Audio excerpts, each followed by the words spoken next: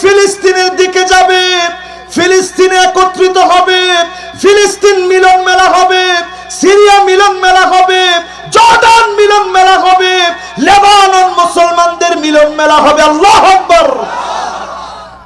শাম মানারাতুল বায়দা, সাদা গম্বুজওয়ালা মসজিদ, এগুলো মুসলমানের প্রাণ কেন্দ্র হবে। মুসলমানরা মিলিত হবে, সব দলে দলে সেখানে শামিল হবে।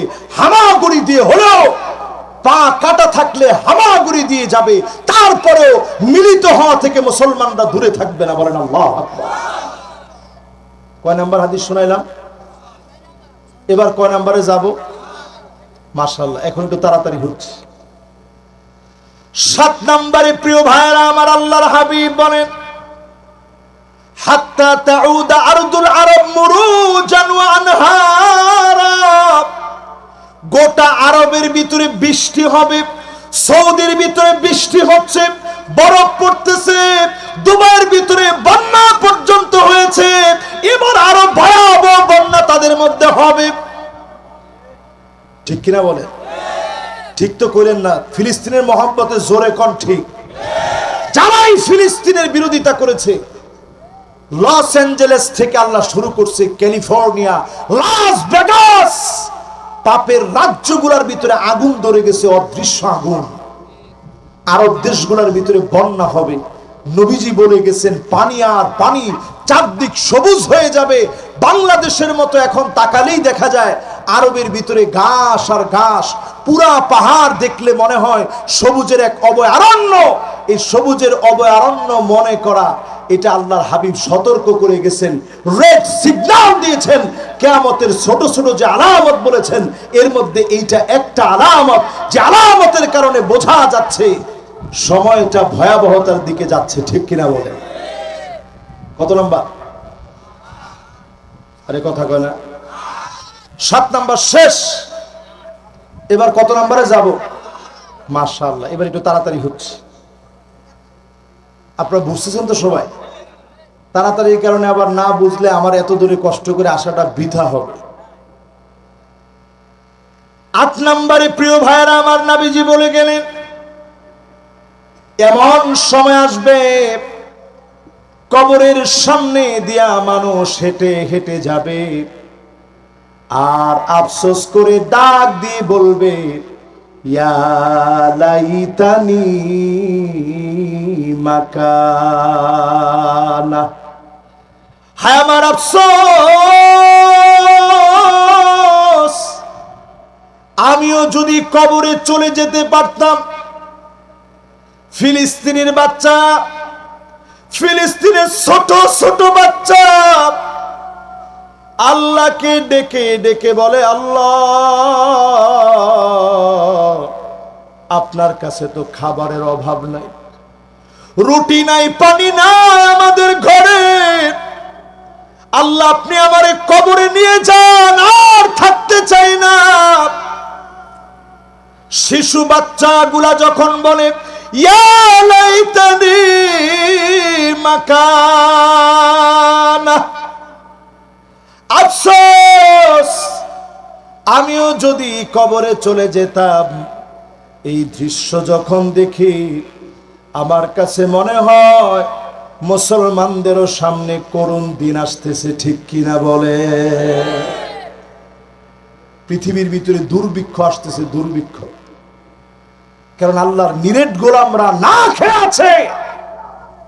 আপনি আমার মতো মুনাফিকরা খেয়ে থাকবে, আল্লাহ তো এটা দিবে না। আল্লাহর দিকে আসেন। কত নাম্বার? এবার ক নাম্বার শুনবেন? 20 পর্যন্ত গতি পারবো না। ওই সময় বেহুশে বলে ফেলে দিলাম যে 20 পর্যন্ত বলবো না। তাহলে 8 নাম্বার শেষ। এবার ক নাম্বার? 9 নাম্বার। মাশাআল্লাহ, এখনো 2 জন আসছে। মাশাআল্লাহ, আসেন, দ্রুত চলে বসে যান। এবার 9 নাম্বারটা শুনেন। ওনারা মনে করছে যে হুজুরে মনে আমাকে বলেন। এবার 9 নাম্বারটা শুনেন। ক নাম্বার? 9 নম্বরে আল্লাহর হাবিব বলেন, ইল্লা আলা হুসালাতিম মিনান নার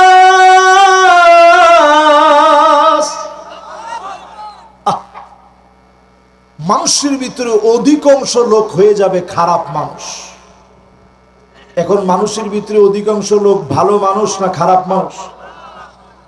না নিজেরা নিজেদের সাক্ষীটা দেন, ভালো না খারাপ? আর একটু জোরে করুন, ভালো না খারাপ? কয় নাম্বারটা শেষ? আরে না, 9 নাম্বার শেষ। এবার কয় নাম্বার? ও 10 নাম্বারটা শেষ, ও 9 শেষ। এবার কয় নাম্বার? 10 নম্বরে আল্লাহর হাবিব বলেন এমন সময় আসবে হাত্তা ইয়াকতুলা জারহু, প্রতিবেশী প্রতিবেশীরে মারবে, আখাহু, আপন ভাই ভাইকে শহীদ করে দিবে, আবাহু, নিজের মাকে মেরে ফেলবে, বাপকে মেরে ফেলবে। এই দৃশ্য এখন তাকা দেখেন, ঘরের সঙ্গে ঘর যে আমার প্রতিবেশী, দেশের সঙ্গে দেশ যে আমার প্রতিবেশী, প্রতিনিয়ত প্রতিবেশী হয়ে প্রতিবেশীরে মারতেছে, ঠিক কিনা বলে? এরপরে নবীজির হাদিস, আপন ভাই তার ভাইকে মেরে ফেলবে। এরকম ঘটনা এই কালীগঞ্জে কি ঘটছে? না আপনারা বলেন হয়েছে? কিসের কারণে? সম্পত্তির কারণে, জমিনের কারণে। কতটুকুন জমিন নিয়ে আপনি কবরে যেতে পারবেন? আমার মতো হুজুর যদি আজকে এখনই মারা যায়, আমার কবরটাও বড় হবে না, ছোট্ট একটা কবরের ভিতরে ঘুমায়া যাওয়া লাগবে। আল্লাহর নবী দেখলেন কবরের ভিতরে এমন আযাব হচ্ছে, ফাকাব্বারা রাসূলুল্লাহ, আল্লাহর নবী, মায়ার নবী আল্লাহু আকবার বলে চিৎকার মেরে উঠলেন। সাহাবীরা বলেন ওয়া কাব্বারনা মাহু, আমরাও আল্লাহু আকবার বলে উঠলাম। ওয়া সাব্বাহা রাসূলুল্লাহ, আল্লাহর নবী সুবহানাল্লাহ বললেন। ওয়া সাব্বাহনা মাহু, আমরাও সুবহানাল্লাহ বলে ফেললাম। নবীজির দুইটা চোখ দিয়ে মুক্তার দানা সাদৃশ্য চোখের পানিগুলা ঝরছে। ডাক দিয়ে বললাম ওগো নবী, আল্লাহু আকবার বলে কেন কেঁদে দিলেন? সুবহানাল্লাহ বলে কেন আপনি বললেন? আমরাও তো সঙ্গে সঙ্গে বলেছি।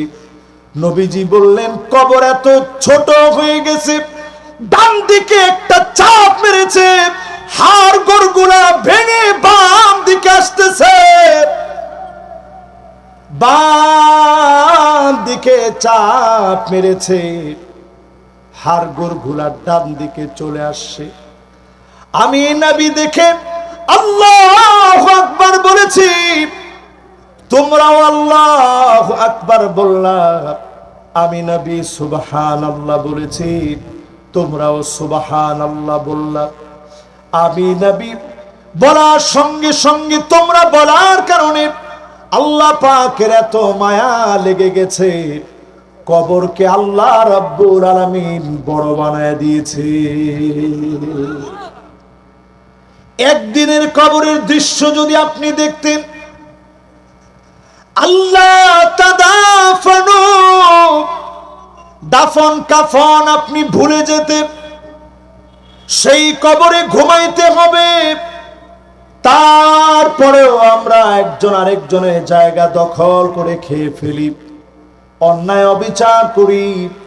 যার সামনে দাঁড়ায়া জবাব দেওয়া লাগবে তিনি কে? এরপরে আমার দিকে তাকান। 10টা হাদিস তো আর বেশি না, 10-15 মিনিট আপনাদেরকে কষ্ট দিবে, এর মধ্যে শেষ হবে ইনশাআল্লাহ। বল, এবার আমরা এই রমজানের একটা দৃশ্যের কথা আপনাদেরকে মনে করায় দিতে চাই। সারা জীবন বাপ প্রবাসে ছিল,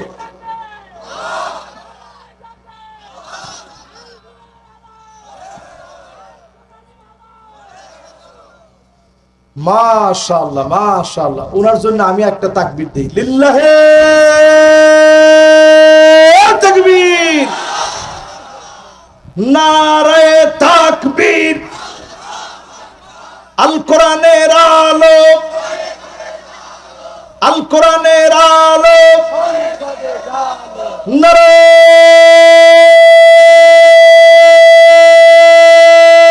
তাকবীর। মাশাআল্লাহ। ঘুম আছে আপনাদের? ফিলিস্তিনের আলোচনার ভিতরে ঘুম থাকে না, আলহামদুলিল্লাহ। 10 নম্বর হাদিস বলতেছিলাম না? 10 শেষ, এবার 11-র দিকে যাব। 10 নম্বরটা একটু শেষ কথাটা বলি। রমজান মাসে আমরা দেখছি আহারে, একটা ছেলে তার বাপকে ছুরি দিয়ে আঘাত করে নামাজরত অবস্থায় শহীদ করে দিয়েছে। যেই বাপ জীবনের বড় একটা সময় প্রবাসে কাটিয়েছে, সন্তানের সুখের জন্য ঈদের দিনেও কাজ করেছে, অবসর সময়টাকে কাজ করে কাটায়, ওভার টাইম কাটিয়ে ইনকাম করে সন্তানের ভবিষ্যৎ গড়ে দিয়েছে। প্রবাসীদের কষ্ট অনেকে বুঝে না, টাকার মেশিন মনে করে, দিন রাত পরিশ্রম করে প্রবাসীর ইনকাম করে। সেই বাপ সন্তানের দিকে তাকায় দেখে সন্তান মোবাইলে আসক্ত, সহ্য করতে না পেরে মোবাইল ছিনায় নিয়েছে। সন্তান হইয়া বাপ নামাজে দাঁড়িয়েছে, ওই বাপকে ছুরি দিয়ে যখন আঘাত করেছে, বোন সাক্ষী দিয়েছে। বাপ বারবার চিৎকার করে সন্তানের নাম ধরে ডাকতেছে আর বলতেছে, বাজার কি করলি, কেমন করে আঘাত করলি। বাপ নিথর হয়ে মেঝেতে পড়ে গেছে, রক্তে রঞ্জিত হয়ে গেছে। যেই বাপ মাথার গাম পায়ে ফেলে ইনকাম করেছে, শেষ জামানায় ছেলের হাতে বাবা দুনিয়া থেকে চলে গেছে। এবার আমার ভাইয়ের 11 নম্বরে চলেন। আল্লাহর হাবিব বলে গেছেন, হাত্তা তুত্তাখাদাল মাসাজিদু তুরুকা, মসজিদের সামনে রাস্তা হবে, রাস্তা দিয়ে হেঁটে হেঁটে চলে যাবে, নামাজ পড়ার মতো আল্লাহর গোলাম মুসলমান মুসল্লিদেরকে খুঁজে পাওয়া যাবে না। কি কি ঠিক না? না, কত পার্সেন্ট ঠিক? না না না, 100% যেদিন হবে আপনি লিখে রাখেন, যেই অঞ্চলের 100% লোক বেনামাজি, ওই অঞ্চলে আল্লাহর গজব ওই মুহূর্তে পড়বে, ওই অঞ্চলকে আল্লাহ টিকায় রাখবে না। আজকেও ফজরের নামাজে কয়জন? আচ্ছা, 1 কাতার বা 2 কাতার তো লোক আছে না, ধরেন 20 জন। 100 জন থেকে যদি আপনি ধরেন যে 20 জন লোক নামাজে আসছে, তাহলে কয় পার্সেন্ট হইল? আচ্ছা, 20%ই ধরেন। এত ওয়াজ নসিহত সবকিছুর পরে আমরা 20 জন লোক নামাজি হইছি। আজকে থেকে যদি নিয়ত করেন আমি নামাজ পড়ব, আপনি বিশ্বাস করেন আবাবিল আসবে, ইহুদিদের মাথা ঘুরা দিবে। আর যদি আজকে আল্লাহ আবাবিল পাঠায়, ওই পাথর আমাদের মাথায় আল্লাহ ফেলবে। অনেকে মনে মনে চিন্তা করেছেন, হুজুর আবাবিল আল্লাহ পাঠাতে পারে না? এখন যদি আবাবিলটা পাঠায়, আপনার মাথার ভিতরে পাথর পড়বে। কারণ ফিলিস্তিনের মুসলমান মরতেছে কাজাসাদিন ওয়াহিদ, এক দেহের মতো হওয়ার পরেও আপনি আমি নামাজই পড়ি না, আমাদেরকে দিয়ে ফিলিস্তিন বিজয় হবে কেমনে? কয় নাম্বারটা গেছে? 11 শেষ। 12 নম্বরে নবীজি বললেন, সুম্মা ফাতহু বাইতুল মুকাদ্দাস, বাইতুল মুকাদ্দাস বিজয় হবে। 2 বার বিজয় হয়েছে। ওমর রাদিয়াল্লাহু তাআলা আনহুর জামানায় একবার, সালাউদ্দিন আইয়ুবীর সময়ে একবার, ওমর রাদিয়াল্লাহু তাআলা আনহুর জামানায় খালিদ বিন ওয়ালিদের নেতৃত্বে একবার, সালাউদ্দিন আইয়ুবীর নেতৃত্বে একবার, কয়বার হলো? আর একবার বিজয় হবে।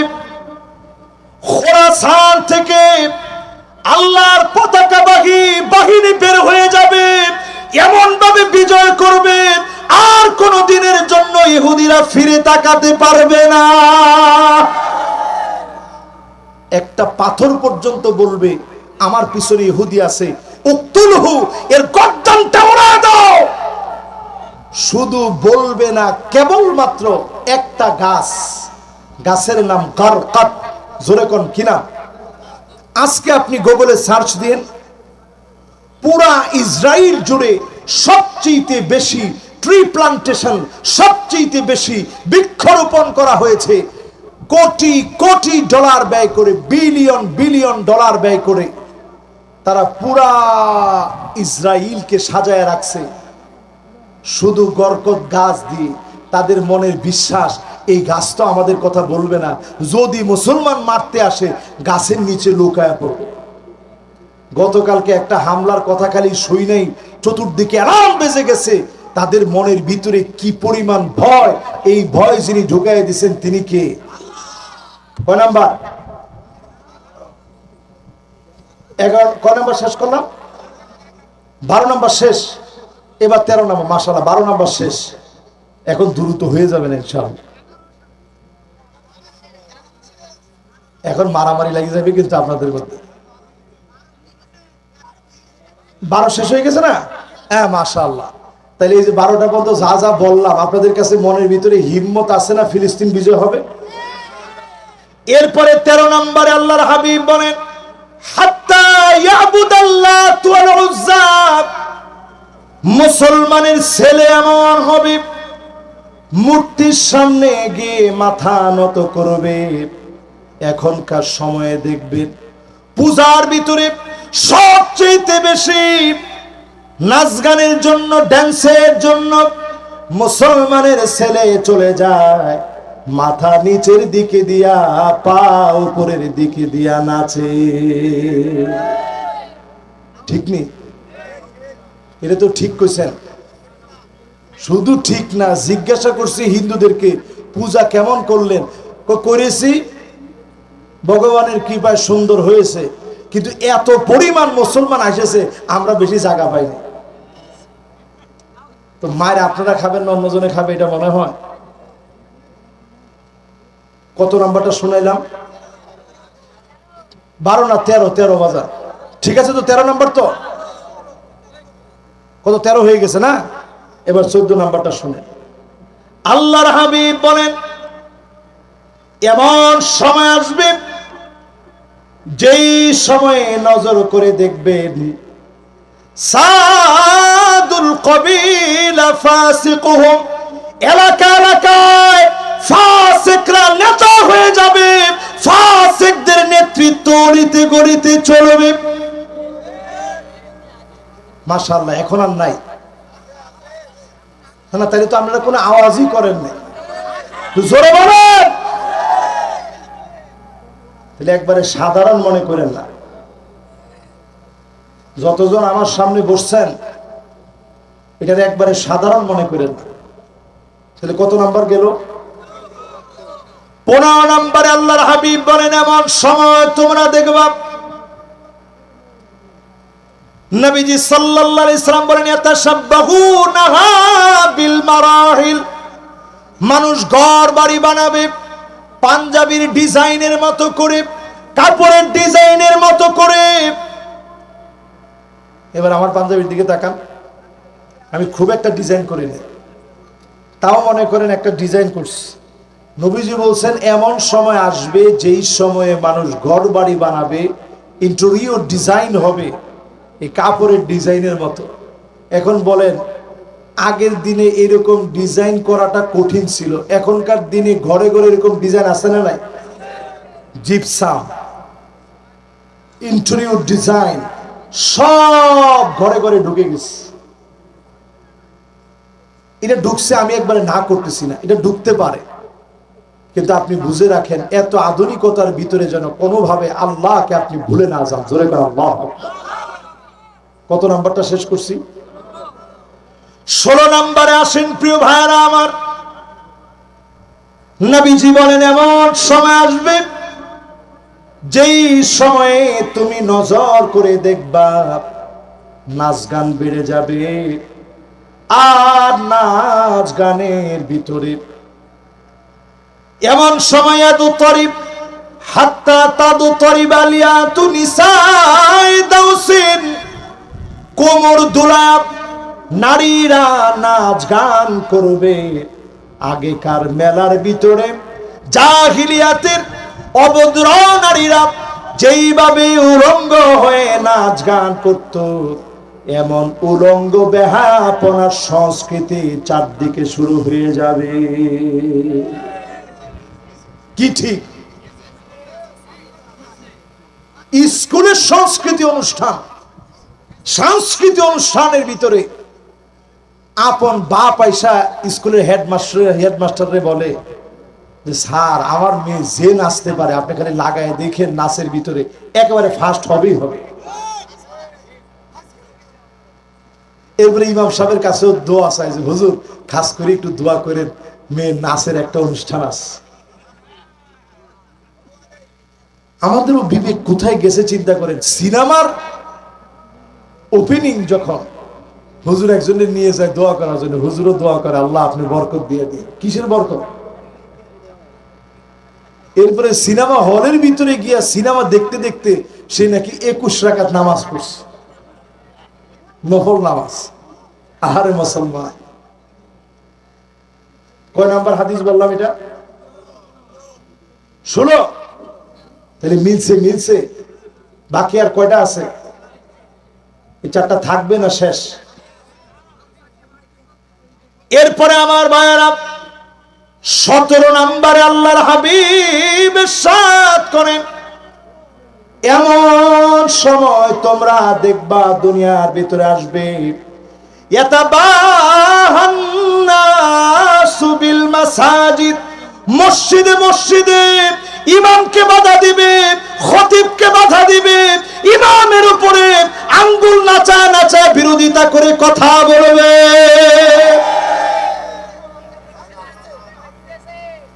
কি এখনো হচ্ছে? এত বড় সাহস পায় কোন? এখনো হচ্ছে।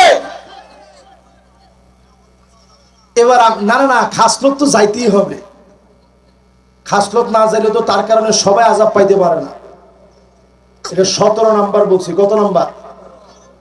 আপনি একটু চিন্তা করেন, ইমামরা আপনি আপনার হৃদয়ের অংশ মনে করবেন। কিছু একটা কিনলে এখন অনেকে মনে করবেন যে হুজুর তো হুজুর, এই জন্য হুজুর ইমামের পক্ষ নিয়েছে। একটা ইমামকে আপনার জীবনের অংশ বলে মনে করবেন। করোনা যখন আসছে, অনেকের ছেলে ডেথ সার্টিফিকেট নিয়ে হসপিটাল থেকে পালায় চলে গেছে। এদেশের ইমামরা মসজিদ ছাড়ে নাই, মুয়াজ্জিনরা মসজিদ ছাড়ে নাই, খতিব মসজিদ ছাড়ে নাই, খাদেম মসজিদ থেকে যায় না, বরং তারা খুঁজে খুঁজে ওই মানুষগুলাকে দাফন করেছে। ছেলে চলে গেছে, বউ চলে গেছে, কিন্তু ইমাম সাহেব ঠিকই তারে ভুলে যায়। মানুষ ওই সময় টের পেয়েছে এদেশের সুশীল সমাজ, বুদ্ধিজীবী, পণ্ডিত যারা আলেমদেরকে মৌলবাদী বলে, এরা জাতির কেউ হতে পারে না। আলেমরা জাতির শ্রেষ্ঠ সন্তান।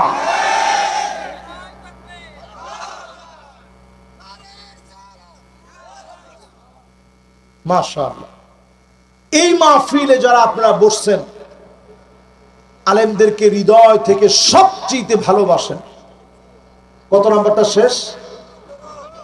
17 নাম্বারটা শেষ, বাকি 3টা আছে। এরপর আমাদের ওসি মহোদয় কথা বলবেন। আপনারা ইনশাআল্লাহ একটা লোক নড়াচড়া করবেন। আমরা ফিলিস্তিনের জন্য দোয়া করে, সংক্ষিপ্ত আকারে হোক, দোয়া করে আমরা বাড়ি যাব ইনশাআল্লাহ। পর তাহলে আমরা কত নাম্বার হাদিসটা শুনবো এখন? 17 নম্বরে আল্লাহর হাবিব বলেন, ও মাশাআল্লাহ মাশাআল্লাহ, লিল্লাহে তাকবীর। এই এলাকার শ্রোতা, একের শ্রোতা বললে ভুল হবে। কোনটা কোনটা বলেছে? ও একটা মাঝখানে মিস্টেক হয়েছে। ও তাইলে এখন কত নাম্বার? 18 নাম্বার ঠিক আছে তো? মাশাআল্লাহ ঠিক আছে, লিল্লাহে তাকবীর। আমিও চিন্তা করে পাচ্ছিলাম না কি রে, এরপরের হাদিসগুলো একটা হাদিস কেন পাচ্ছি না। এই জন্য আমি অনেকক্ষণ পেরেশানি ভিতরে আমার কাজ করতেছি, কি রে একটা গেল কোথায়। সুবহানাল্লাহ, দেখেন কোরআন হাদিস কেমন সত্য। এবার 18 নাম্বারটা শুনেন।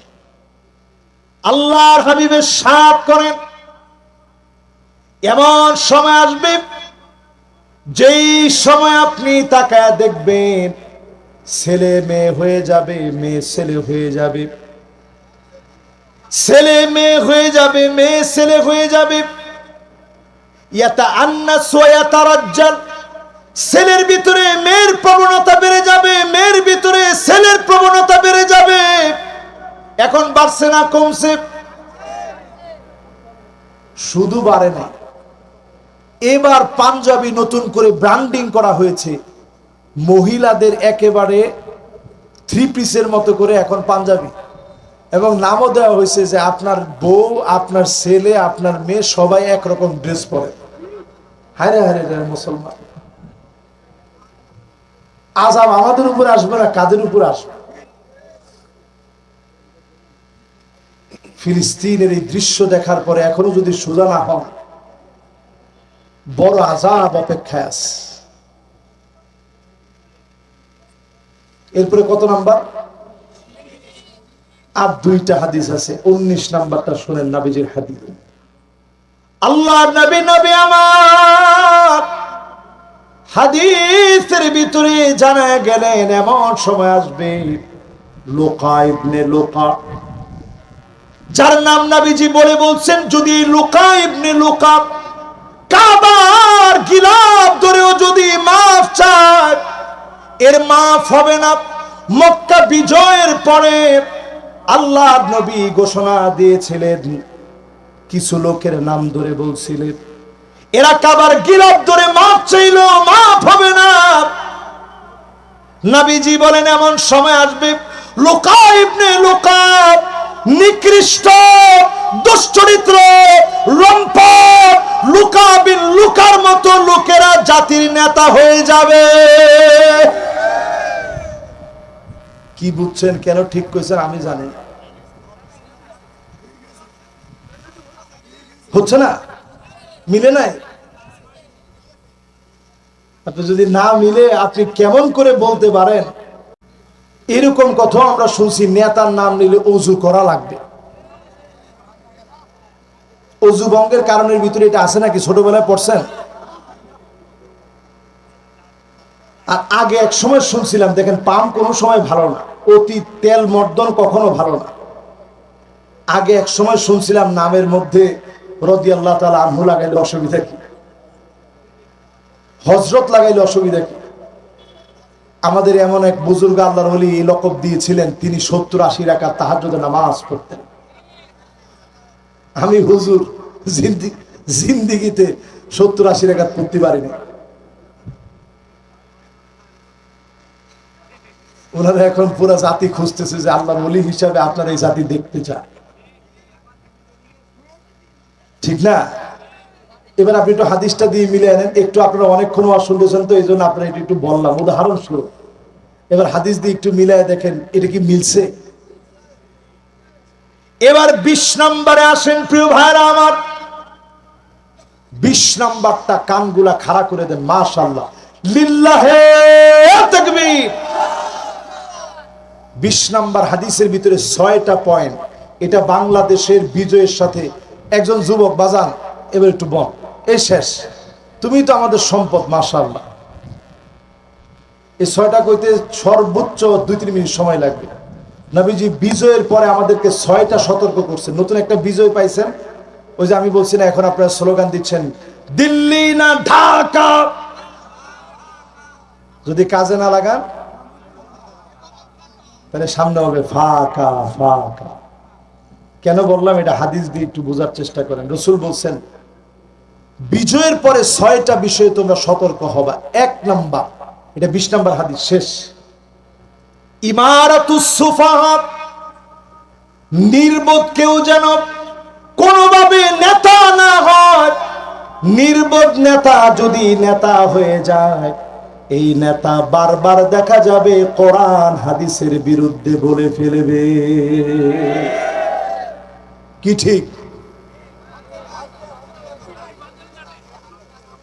এরপরে 2 নম্বরে নবীজি বলেন কাসরাতুস শর্ত, নতুন নতুন তোমাদেরকে শর্ত দিবে, মৌলবাদী বলবে, রাজাকার বলবে, নতুন ভাবে আবার জঙ্গি বলা শুরু হয়ে যাবে।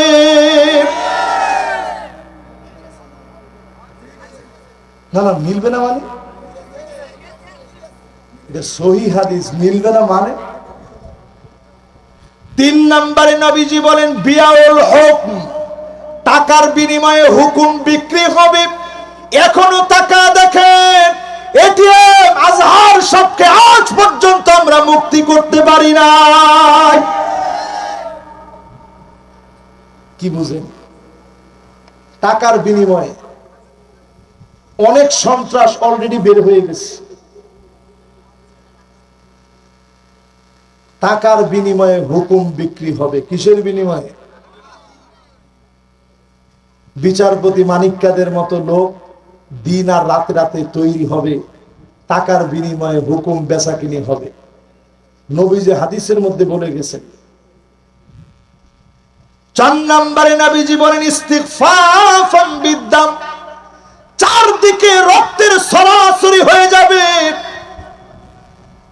সতর্ক করতেছে আজকের মাহফিলে, যদি এখনো ভুল করেন, বাংলাদেশের ঘরে ঘরে রক্তারক্তি হবে। যদি ফিরাতে চান, সবাই মিলে ঐক্যবদ্ধ হয়ে দেশ গড়ার সিদ্ধান্ত নেওয়া লাগবে। হ্যাঁ, মাশাআল্লাহ দিয়েন আপনার যেখানে ইচ্ছা, তবে আপনি একটু যদি নিয়তটা ঠিক না করেন, এখনো 54 বছরে সব দেখা শেষ, সামনে আওয়াজ তুলতে হবে আল কোরআনের বাংলাদেশ।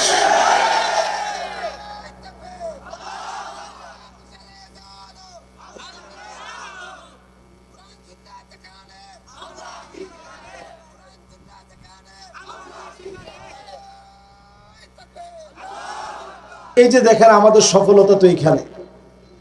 16 বছরে এত মাইরের পরে এই স্লোগান, দলীয় স্লোগান বলার পরেও গলা থেকে নারে তাকবীর স্লোগান কেড়ে নিতে পারে না। 4 নম্বরের পরে 5 নম্বর। কয় নম্বর? নবী আলাইহিস সালাতু ওয়াস সালাম বলছেন 5 নম্বরে তোমরা দেখবা কাতিয়াতুর রাহিম, আত্মীয়তার সম্পর্ক কর্তন হয়ে যাবে। আপনার ভাই মনে করেন অন্য দল করে, আপনি আরেক দল করেন, ভাই ভাইরে চিনবে না, আত্মীয় স্বজন বুঝবে না, ক্ষমতার জন্য অন্ধ হয়ে গিয়ে মরিয়া হয়ে চান্দাবাজি আর ধান্দাবাজি শুরু হয়ে যাবে।